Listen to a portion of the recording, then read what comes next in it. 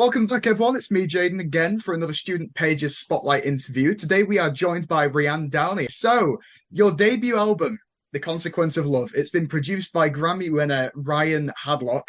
Incredible, first of all. Like, that is a massive accomplishment, especially for your first proper album. That is literally insane. 10 tracks on it as well. If you could just tell us a little bit about your time working on that music, what genre it is, and what inspired the creative process behind it. So I think I've always loved country music. I've always loved folk music as well growing up. I think being Scottish, I just naturally have taken to that sort of storytelling thing. It comes with country and folk, and yeah, I've loved that all my life really. And as I grew up and I started to actually try and be a musician, I was always sort of writing and playing different genres and trying to figure out who I am.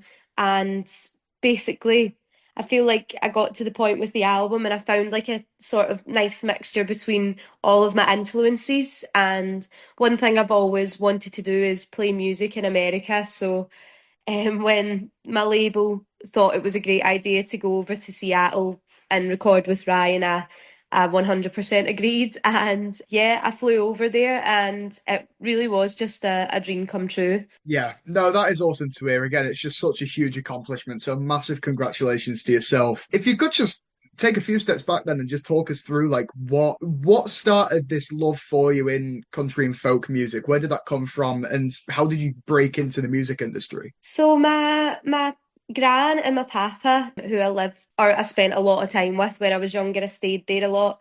They loved country music, so I grew up on a sort of steady diet of country music like Johnny Cash and Patsy Cline, artists like that. So I think it was always sort Awesome. of in me, really. And yeah, when I was younger, my mum says I could sing before I could speak. So I think music's just always been a massive part of my life. I think that's sort of how I would even communicate when I was younger as well. I just always loved it, and through that, I always sang. And then when I was 15, I decided to start busking in Glasgow, instead of trying to get like a sort of normal job, I guess.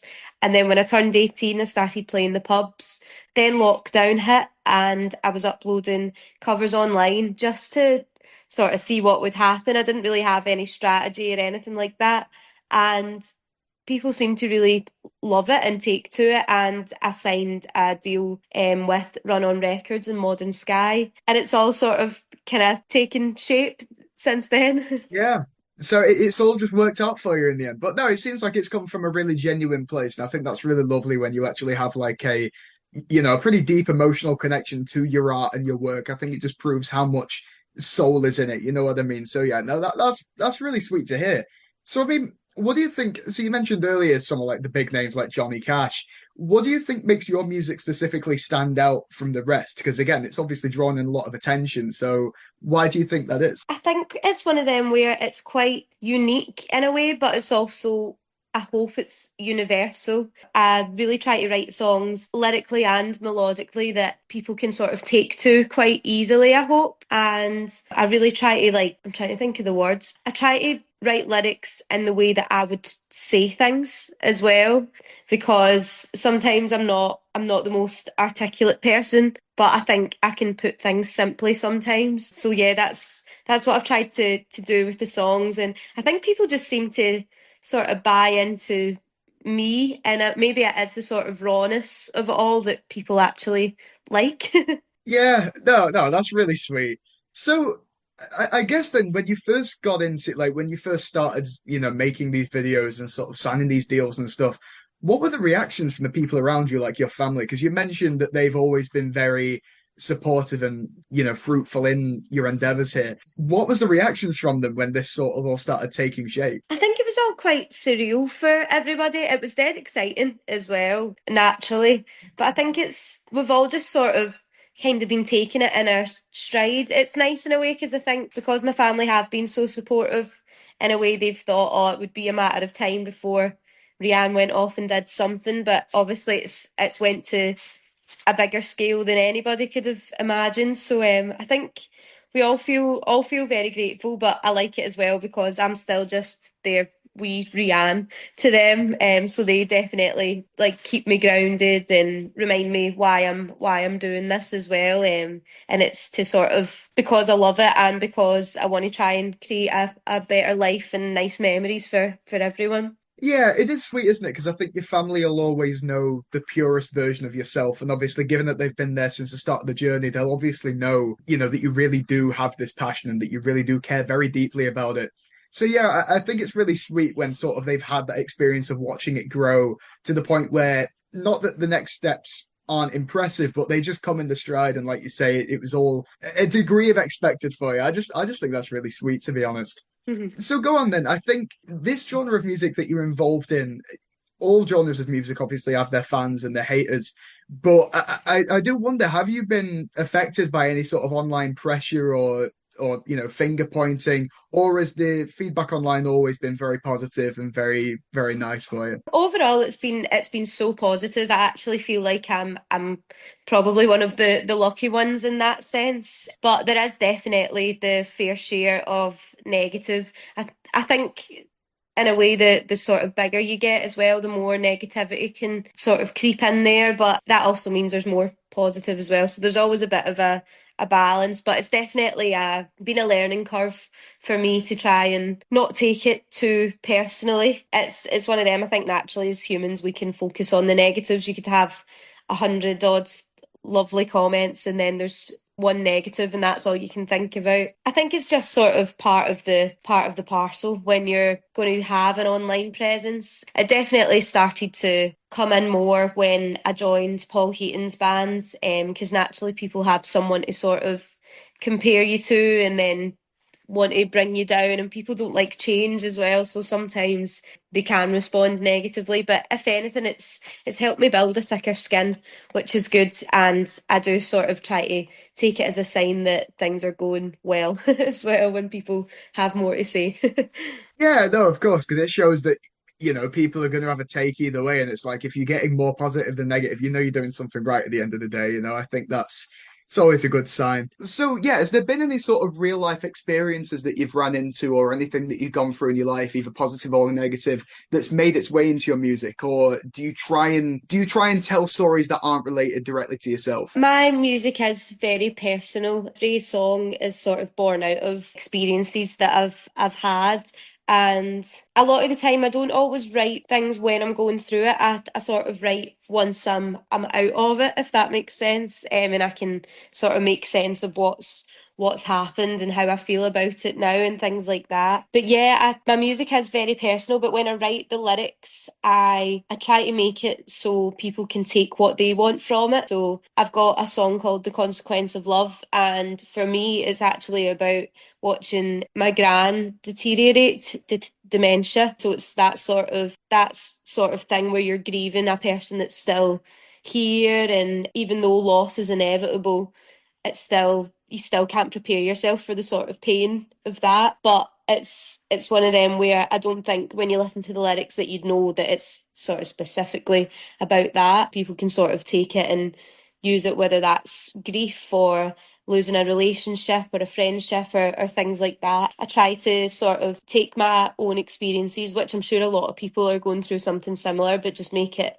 that bit more relatable and universal, I guess. No, that's really interesting actually, because I think again, like you say, it's not necessarily very in your face obvious, but I think now that you've mentioned it, you absolutely see it in the song, and I think it's interesting as well. I think it takes an immense amount of talent to sort of be able to write something where it's written about something, and when you're given the context, it makes a lot of sense, but it doesn't necessarily have to be about that. I think making art like that, that's almost, I think interpretive is the wrong word, but being able to interpret it, I think that is, that's something that takes like a lot of thought and, a really deep sort of cognitive level of understanding. So yeah, no, I think that's really quite clever to do.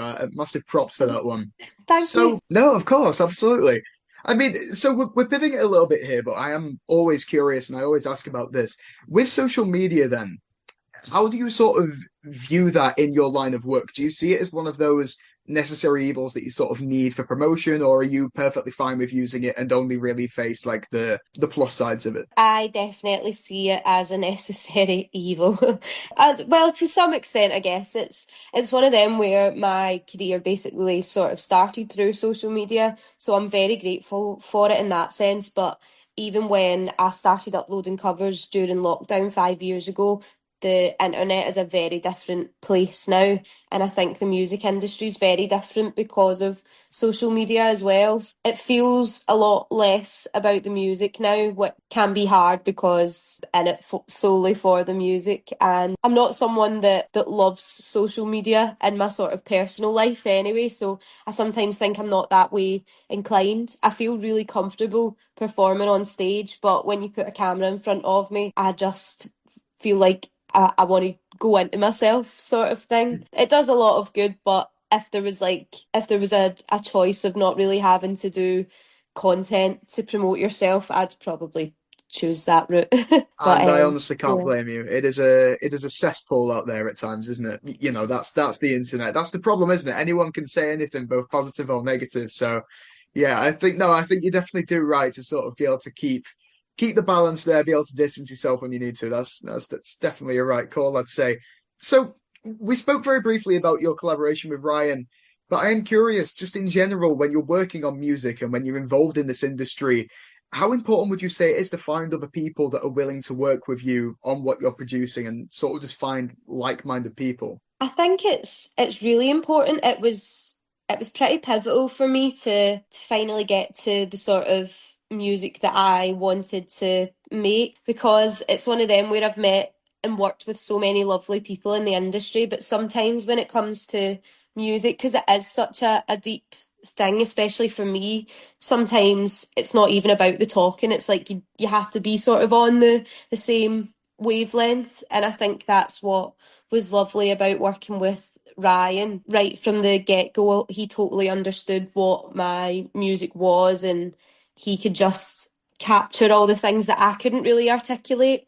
I'd wrote the songs, but I couldn't really show them off in the way that I wanted to, and he knew exactly how to sort of do that in a way that still felt really true to me, but also put in his Ryan Hadlock special on it. Yeah, no, absolutely. Because at the end of the day, you don't always want to work with people that are just doing exactly what you're doing, because realistically, that's just almost like adding you to you, which equals you. You know what I mean? Yeah. But yeah, no, I can totally see how sort of switching it up, being able to find people that maybe complement what you do, but aren't exactly.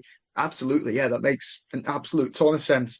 So, I mean, if we're putting the music aside for a second, what do you do in your free time? Because I've spoken to I've heard really interesting answers to this, but I think one that stuck out to me is that there's some people who feel like music takes over everything else and that is their free time almost. Would you say you relate to that, or is there other things that you managed to get up to that you quite enjoy? No, I 100% relate to that. My life is just music, music, music. Can't switch off from it really. Even if I'm not playing, I'm thinking about it, and I'm thinking about sort of my career and plans and things like that as well. It's literally, yeah, it's all I think about. It's weird because I do think as an adult I don't have a hobby, but it's because my job is my hobby. I always sort of tell myself I'm going to get into like even baking or painting or something like that, but I just end up going back to music every single time. It's just I mean, at the end it's of the like within day, me.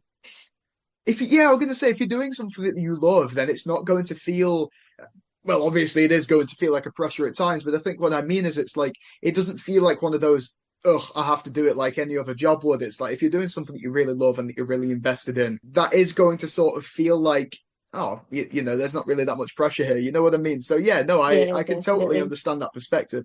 No, absolutely. I mean, so with us being student pages, the main thing that we try and do is give students a bit of an insight to like both your life and how you do things, but also just general advice that you would give to students and what they can do to push forward their, say they want to do what you do, what they can do to get there. So what would you say is the best advice you can give to break into the music industry? I think my advice would be to just do it, put yourself out there, post the video, post the covers, write the songs. I started busking when I was 15 just so I could perform playing charity gigs. I just try to play as many gigs as possible. And when I didn't have the gigs, I would be uploading the songs online and things like I think that would be my advice is just do it. I think I'm definitely guilty of planning and obviously there has to be an element of planning to things, but I wait for a good time to do things. But there's never a good time. It's sort of about making the time and yeah, just really I know it sounds dead simple, but just do it and also to try and not get bogged down by any outside noise. You need to try and think that no one's watching as well. Just post like nobody's watching, play like nobody's watching. Just remember that it's for you. And I think staying true to yourself is definitely a good way to I guess make it because people want real people. People feel connected to something that's real as well. So yeah, just do it and try not to give a swear word about what people think. Hey, no, absolutely. No, I'm totally with you there. It's interesting, isn't it? Because I think people seem to have this assumption that there's some sort of textbook to making it big or, how people break into these industries. But realistically, I think you just sort of have to have the talent and something a bit about yourself to actually, make it work. People will notice inevitably, even if it's just one, and eventually it'll catch on and on and on. And yeah, no, I absolutely, no, it makes complete sense. So I have a pretty big question to end things off on then, because I always like asking this one because people never know what to say. Maybe you do. If you had to just boil down one thing in all of this journey, getting to where you are now, what would you say has been the biggest challenge of all of it? Biggest challenge. I think, to be honest, the biggest challenge is it's the fight I have with myself. I think, especially as creative people, we can also be perfectionists. I am 100% a perfectionist, so I think my sort of biggest battle has been with myself, and that's something that I'm starting to sort of win now, I guess. And it's just to not be so hard on myself. And I guess there's an element of what I was saying as well, of not caring what other people think as well. You can't do anything with just a thought in your head. You have to put it out there. And if you can if you can just tell those sort of negative, intrusive thoughts in your mind to shut up for a wee second or just like let them come and not let them grind you down, then I think that can be the key to success. But it's definitely harder than it sounds. Yeah, no, absolutely. Well, for what it's worth, I think you're immensely talented. I think you're doing great. So, Oh, thank you. for what that counts for. So, go on then. You've obviously got the album, but what else have you got in the works? If you're allowed to say anything, I understand there's those cursed things called NDAs, but is there anything else that you're allowed to talk about that you're excited for? And yeah, what can we expect coming up from you? Yeah, so I've got my lead single from the album coming out. It might actually be out by the time this is out.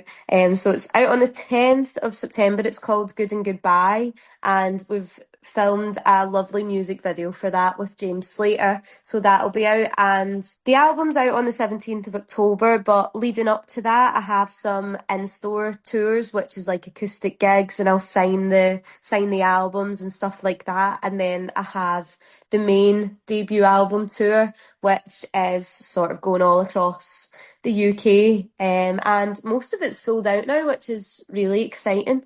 And yeah, that's basically all the big things that are coming up this year. Album tours, everything album basically. I'm excited and yeah, it's going to be a busy rest of the year and hopefully next year as well. That sounds absolutely awesome. It's interesting, when people have tours coming up, they're always trying to sell it, but it's like you actually can't. It's like sold out. It's like, what do you do now? I know I honestly wasn't expecting it to go in the way that it did. I think that's the first time I've been able to actually say that out loud as well. Like, oh yeah, it's mainly sold out now, but It's like, yeah, try and come, but you probably can't. But hey, no, just no, get that's tickets for absolutely next time. wonderful. Oh, No, thank you. absolutely. No, honestly, massive congratulations on everything you've done. I'm super excited for you. I think it sounds like it's been an absolutely incredible journey to where you are, and everything's looking very bright for the future. So, just massive congratulations. Thank you ever so much for talking to me. And yeah, thank you very much. Oh, thank you. That's made my day.